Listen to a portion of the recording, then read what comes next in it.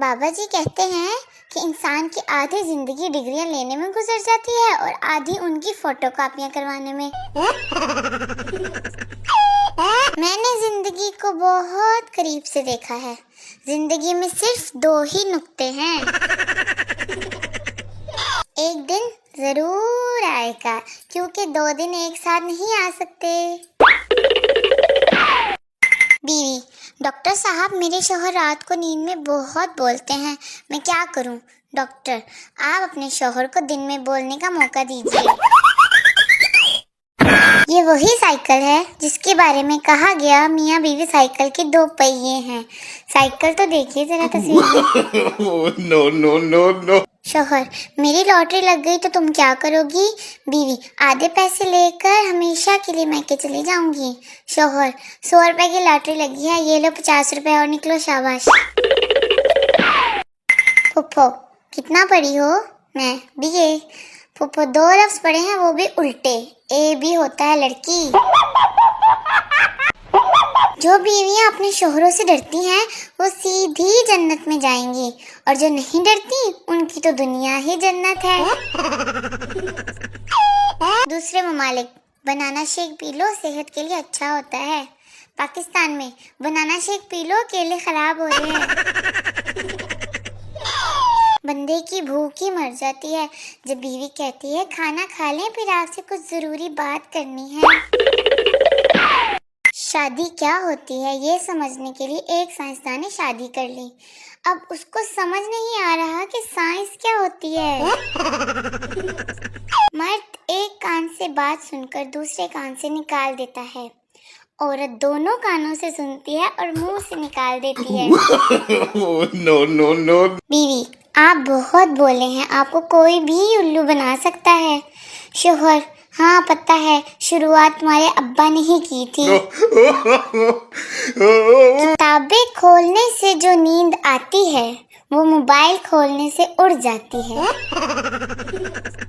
سو جاتے ہیں مزے سے کتابوں پر سر رکھ کر، اسٹوڈنٹ کبھی نیند کی گولیاں کھایا نہیں کرتے۔ نرس آدمی سے: آپ کا اور آپ کی بیوی کا خون ایک جیسا ہے۔ آدمی: ہوگا، ضرور ہوگا، 7 سال سے میرا ہی خون پی رہی ہے۔ ہر چیز مہنگی ہو گئی ہے لیکن ماچس آج بھی 5 روپے کی مل جاتی ہے۔ یاد رکھیں، آگ لگانے والوں کی قیمت کبھی نہیں بڑھتی۔